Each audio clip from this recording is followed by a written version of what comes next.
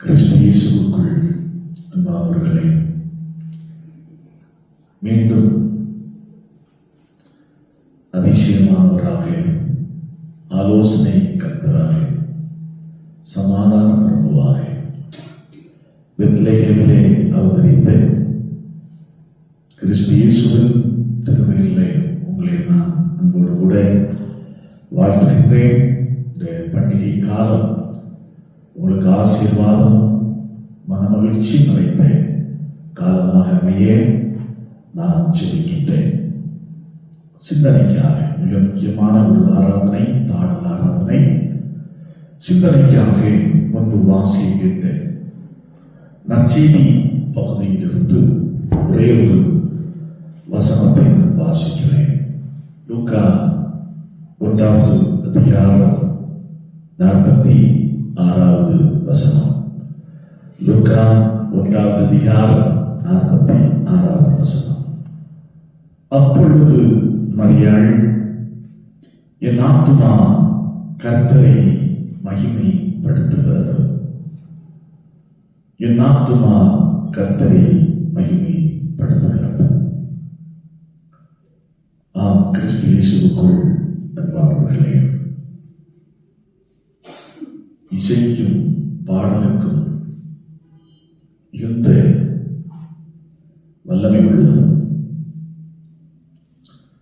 பாடல் கடவுளுடைய மக்களுக்கு ஆசீர்வாதத்தையும் வாழ்வையும் விடுதலையையும் கொடுக்கக்கூடிய ஆற்றலும் வலிமை மிக்கது. மட்டுமல்ல, விசுவாசத்தின் ஒருமைப்பாட்டை பறைசாற்றக்கூடியது பாடல். குறிப்பாக இந்த லூக்கா 1வது அதிகாரம் 2வது அதிகாரத்தை நாம் வாசித்து பார்ப்போம் என்று சொன்ன 2 அதிகாரங்களிலும் 5 பாடல்கள் இருக்கின்றன. 5 பாடல்கள் இருக்கின்றன. 2 பாடல்கள் பெண்கள் பாடியிருக்கிறார்கள், 2 பாடல்கள் ஆண்கள் பாடியிருக்கிறார்கள், ஒரு பாடல் தேவ தூதர்கள் பாடி, பரலோக தூதர்கள் பாடியிருக்கிறார்கள். ஒரு பெரிய குழுவாக அமைந்திருக்கிறது இந்த 2 அதிகாரத்திலும் நாம் பார்க்க முடியும். இயேசு கிறிஸ்து இன்னும் பிறக்கவில்லை. ஆனால் மரியாள் கடவுளை புகழ்ந்து பாடுகின்றார். அவருடைய பெயரை பெருமைப்படுத்த அவள் பாடுகின்றார். அந்த பாடலுடைய முதல் வரியை தான் நாம் இங்கே பார்க்கிறோம். என் ஆத்துமா கர்த்தரை மகிமைப்படுத்துகிறது அப்படின்னு சொல்லி பாடுகின்றார். உண்மையான வழிபாட்டினுடைய துவக்கமே துதித்தல்தான். துதித்தலோடு ஆரம்பிக்கிறது. அன்பானவர்களே, உண்மையாக ஆத்துமா கர்த்தரை மகிமைப்படுத்துகிறது என்று இருதயத்தின் ஆழத்திலிருந்து மரியாள் கடவுளை புகழ்ந்து பாடுகின்ற இந்த வரிகள் எல்லாம் நாம் பார்க்கின்ற போது பழைய பாட்டில் 2 பாடல்கள் மிக முக்கியமான பாடல்கள். ஒன்று இஸ்ரவேல் ஜனங்கள் செங்கடலை கடந்து வந்து பாடின கடந்த பிற்பாடு பாடிய மிரியாமின் பாடல்கள். மிரியாமின் பாடல்கள் மிகவும் சிறப்பு வாய்ந்த பாடல். அதே போல அன்னாள் சாமுவேலை பெற்றெடுத்த போது பாடிய பாடலும் மிகவும் சிறப்பு மிக்கது. இந்த 2 பாடல்களுடைய தாக்கம் மரியாதை ஆக்கிரமித்திருந்தது. மரியாதையுடைய உள்ளத்தை ஆக்கிரமித்திருந்தது. அவள் அந்த தருணம் வந்தபோது, கடவுளுடைய செயல்பாடை நினைத்த போது, உலகத்தை ரட்சிக்கின்ற இரட்சகரை நான் சுமந்து கொண்டிருக்கின்றேன் என்று அவள் நினைத்து உள்ள பூரித்த போது அவள் கடவுளை புகழ்ந்து பாடினாள். எப்படி பாடினாள்? என் ஆத்துமா கர்த்தரை மகிமைப்படுத்துகிறது. கடவுளுடைய செயலை நினைக்கின்ற போதில் யார் யாரெல்லாம் உண்மையாகவே நினைத்தார்களோ அவர்கள் எல்லாரும் கடவுளை புகழ்ந்தார்கள். அதான் சங்கீதக்காரன் 103ஆம் சங்கீதத்தை நாம் வாசித்து பார்க்கின்ற போது சங்கீதக்காரன் சொல்கிறார், என் ஆத்துமாவே கர்த்தரை ஸ்தோத்திரி. அப்படி என்று சொல்லி சங்கீதக்காரன் கடவுளை குறித்து பாடுகின்றார். அவர் செய்த சகல உபகாரங்களையும் என்ன செய்யாதே, நீ மறவாதே என்று பாடுகின்றார். அப்போ கிறிஸ்துவ வாழ்க்கையிலே பாடல் 2 ரகமானது. குறிப்பாக நம்முடைய வாழ்விலே, ஆன்மீக வாழ்க்கையிலே வேத வாசித்தல் எவ்வளவு முக்கியத்துவம் வாய்ந்ததோ, ஜெபித்தல் எவ்வளவு முக்கியத்துவம் வாய்ந்ததோ, அதே போல பாடுவதும் மிக மிக முக்கியத்துவம் வாய்ந்தது என்பதை நாம் நம்முடைய வாழ்க்கையிலே புரிந்து கொள்ள வேண்டும். இன்றைக்கு அநேக நேரத்திலே பாடலை எப்படி சொல்வது, ஒரு 2ஆம் நிலைக்கு தான் நாம் வைத்திருக்கிறோம். வேதம் வாசித்தலுக்கும் ஜெபத்திற்கும் கொடுக்கின்ற முக்கியத்துவத்தை நம்முடைய இல்லங்களிலே, தனிப்பட்ட வாழ்க்கையிலும் சரி, நாம் பாடுகின்றதற்கு அவ்வளவு முக்கியத்துவம் கொடுக்கிறதில்லை. ஆனால் கடவுள் இந்த நிகழ்வுகளின் மூலமாக நமக்கு கற்றுத்தருகின்ற ஒரு பெரிய காரியம் என்னவென்று சொன்னால், ஆண்டவரை நாம் துதித்து பாட வேண்டும். எல்லா சூழ்நிலையிலும் கடவுளை நாம் போற்ற வேண்டும். மாற்றில் உத்தரை எடுத்துக் கொள்ளுங்கள். திருச்சபையிலே சீர்திருத்தத்தை ஏற்படுத்திய மாற்றிலுத்த திருமலை ஜெபிக்கின்றவராக, திருமலையை தியானிக்கின்றவராக இருந்தார்.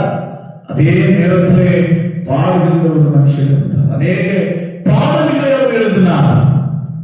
கர்த்தர் தான் எங்கள் துக்கமும். ஒவ்வொரு சீர்திருத்தல் காலகட்டத்திலேயும் நாம் பாடி மகிழ்கின்ற ஒரு அற்புதமான பாடல்.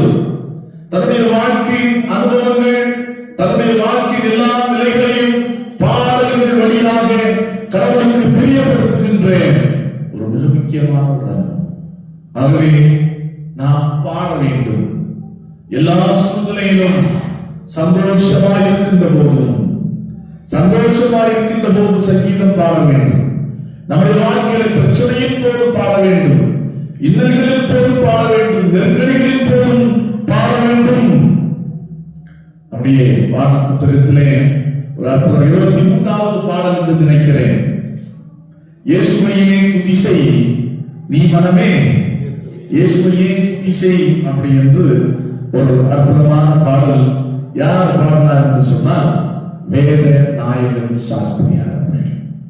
வேத நாயகன் சாஸ்திரியார் அவர்கள் பாடிய பாடல் தான் அந்த பாடல். நம்முடைய குறிப்பாக எல்லா முக்கியமான நிகழ்வுகளிலும், கல்யாண திருமண வைபவங்களில் எல்லாம் அதிகமாக பாடப்படுகின்ற ஒரு பாடல். இந்த பாடலை அவர் எந்த சூழ்நிலையிலே எழுதினார் என்று சொன்னார், இவர் தனிச்சை மகாராஜா சரபோஜி மன்னனுடைய அரண்மனையிலே அரசவை புலவராக அவர் இருந்தார். அரசனை புகழ்ந்து பாடுவதும் கவிதைகள் எழுதுதான் அவருடைய பணி. புலவர், அரசவை புலவராக இருந்தார். இவர் பாடல்களில் சிறப்பு மிக்கவர், பாடல்களை சிறப்பு மிக்கவர் என்பது அரசவைக்கு தெரியும். ஆகவே நான் இயேசுவையே புகழ்ந்து பாடிக்கொண்டிருந்த இந்த வேதநாயகன் சாஸ்திரியாரை பார்த்து தஞ்சை மகாராஜா ஒரு வேண்டுகோள் வைத்தார். நீங்கள் இயேசுவை பற்றியெல்லாம் நன்மையாக பாடுகிறீர்கள், அதே போல தஞ்சை பிரகதீஸ்வரரை பற்றி நீங்கள் துதித்து பாட வேண்டும் அப்படி என்ற ஒரு அன்பின் கட்டளையை மன்னன் இந்த வேதநாத சாஸ்திரியாருக்கு கொடுத்தார். சிறு வயதிலிருந்தே அவர் ஒரு தீர்மானத்தை எடுத்திருந்தார் வாழ்க்கையில. இறைவன் இயேசுவை தவிர வேறு எந்த தெய்வத்தையும் நான் என்ன செய்வதில்லை, நான் வேறு எந்த தெய்வத்தையும் பாடுவதில்லை அப்படி என்று சொல்லி அவர் அப்போ தீர்மானித்திருந்தார். அப்போ இந்த சூழ்நிலையில் தான் மன்னன் சொல்லுகிறார், பிரகதீஸ்வரரை பற்றி பாடுவார் அப்படி என்று சொல்லும்போது எப்படி இருந்திருக்கும்? ஏனென்று சொன்னால் இது வேலைக்குரிய ஒரு காரியம். சில நேரத்திலே இந்த கட்டளையை மீறினால் உயிரை கூட பறிக்கக்கூடிய ஒரு சூழ்நிலை உண்டாகும். ஆன்மீக வாழ்வில் ஒரு பெரிய இடர்கள் ஏற்படும். ஆகையினால் அவருக்கு என்ன செய்வது என்று தெரியவில்லை. துக்கத்தோடு வேதனையோடு வந்தார் வீட்டம். அவருடைய சோகத்தை பார்த்து மனைவி என்ன ரொம்ப சோகமாக இருக்கிறீங்க, வாடி முகத்தோடு இருக்கிறீங்க, என்ன பிரச்சனை அப்படி என்று கேட்டபோது வேதநாத சாஸ்திரியார் உண்மையை சொன்னார். மனைவி இங்கே பாடிட்டு போக்க, பாடினா என்ன, அவரை பாடினா இவரை பாடினா என்ன, இது நமக்கு வேற சம்பளம் முக்கியம், பிள்ளைகளுக்கு பாருங்க முக்கியம் அப்படின்ட்டு சொல்லவில்லை. கணவனுடைய நிலைப்பாட்டிற்கு உறுதுணையாக இருந்தார்கள். பாட வேண்டாம், பரவாயில்ல, இருந்தாலும் பார்த்துக் கொள்ளலாம். இந்த சூழ்நிலையில தான் வேதநாயகன் சாஸ்திரியார் பெண்ணை எடுத்து தன்னுடைய அறைக்கு கடந்து சென்றார். எழுதினார், இயேசுவையே துதி செய், நீ மனமே இயேசுவையே துதி செய் என்ற பாடலை அன்பானவர்களே. அதுதான் ஒவ்வொரு சூழ்நிலையிலும் கடவுளை பாடுகின்ற ஒரு அனுபவம் நமக்கு தேவை. பிரச்சனை நேரத்தில் நீங்க கொஞ்சம் நேரத்தை ஒதுக்கி பாடி பாருங்க. உங்க பலவீன நேரத்துல கொஞ்சம் நேரத்தை ஒதுக்கி பாடி பாருங்க. உங்க கஷ்ட நேரத்துல உங்க கொஞ்சம் நேரத்தை ஒதுக்கி நீங்க பாடி பாருங்க. ஆண்டவர் நிச்சயமாக இந்த பாடல்கள் வழியாக உங்களுடைய வாழ்க்கையில் நிச்சயமாக கிரியை செய்வார். திருமலையில் ஏராளமான பாடல்கள் அடங்கி இருக்கிறது. அதேபோல நம்முடைய பாடல் புத்தகத்திலேயும் ஏராளமான பாடல்கள் எழுதப்பட்டிருக்கின்றன, பாடப்பட்டிருக்கின்றன. ஒவ்வொரு அனுபவத்திற்குள்ளாக வருகின்றன. அதான் அதிகமாக விரும்பி பாடுகின்ற ஒரு பாடல், என்னை மறவா இயேசுநாதா. அந்த பாடலை பாடியது யார்?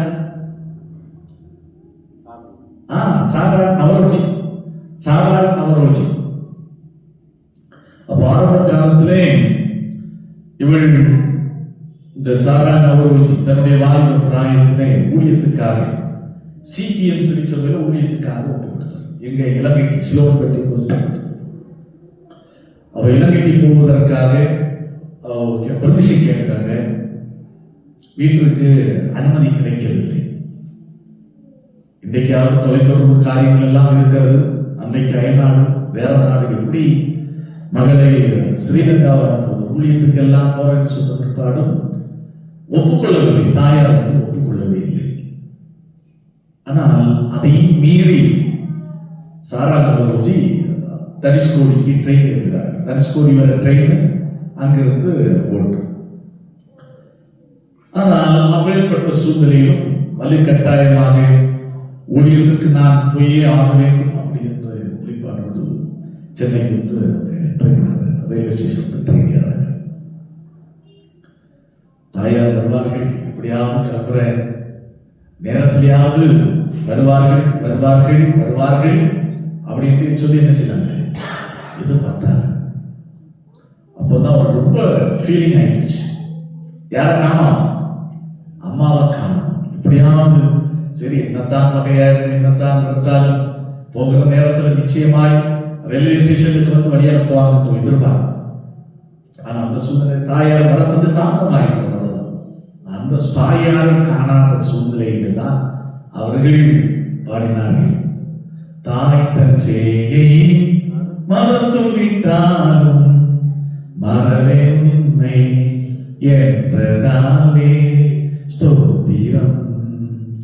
தாய் தன் சேயை மறந்து விட்டாலும் மறவே உன்னை என்பதாலே ஸ்தோத்திரம் அப்படின்னு பாருங்க. மறவா இயேசு பற்பாடு தாய் வந்ததாகத்தான் அவர்கள் குறிப்பிட்டிருக்கிறார்கள். தாய் வந்து அவர்களை சந்தித்ததால் எப்படியா பாடல்கள் நம்மை தேற்றுகின்றதாய், உற்சாகப்படுத்துகின்றதாய், வாழ்க்கையின் சோதனைகளையும் சவால்களையும் தாண்டி வெற்றியோடு பயணிக்க உதவுகின்றதாக இருக்கிறது. ஆகையினால் தன்னுடைய வாழ்க்கையின் உணர்வுகளை திருமலையில் பார்க்கும் பாடல்கள் வழியாக பக்தர்கள் வெளிப்படுத்தினார்கள். ஆகவே பாடல் தாளம் இருக்கிறதோ ராகம் வருகிறதோ இல்லையோ, நம்ம இல்லங்களிலே தனிப்பட்ட வாழ்க்கையிலே ஆலயத்திலே நாம் பாட பழகுவோம். பாட பாட ஆட்டோமேட்டிக்கா ராகம் வரும், தாளமும் வரும். ஆகவே இவைகளை உணர்ந்து நாம் பாடி ஆண்டவரை போற்றோம். அதான் மலையாளம் பாடினார், என் ஆத்துமா கர்த்தரை மகிமைப்படுத்துகிறது. ஆகவே அன்பானவர்களே, ஆண்டவருடைய நாமத்தை மகிமைப்படுத்தி குறிப்பாக இந்த கிறிஸ்துமஸ் காலங்களிலே ஆண்டவரை மகிமைப்படுத்தி அதிகமாக நாம் பாடுவோம், பாடி துதிப்போம். இந்த கிறிஸ்துமஸ் காலம் பாடுவதற்காக கொடுக்கப்பட்டிருக்கிற ஒரு சிறப்பு மிக்க. ஆகவே உற்சாகத்தோடு நாம் பாடுவோம், ஆண்டவருடைய நாமத்தை மகிமைப்படுத்துவோம். பாடுபடியாகவும் இறை ஆசீர்வாதத்தை, இறை சமாதானத்தை பெற்று வாழ்விலே வெற்றி சிறப்போம். ஆண்டவர் தாமே இந்த வார்த்தைகளை கொண்டு நம்மை ஆசீர்வதிப்பாராக. எல்லாவற்றுக்கும் மேலான தெய்வ சமாதானம் உங்கள் இருதயங்களையும் சிந்தனைகளையும் கிறிஸ்து இயேசு நாமத்தால் காத்துக் கொள்வதாக. ஆமென்.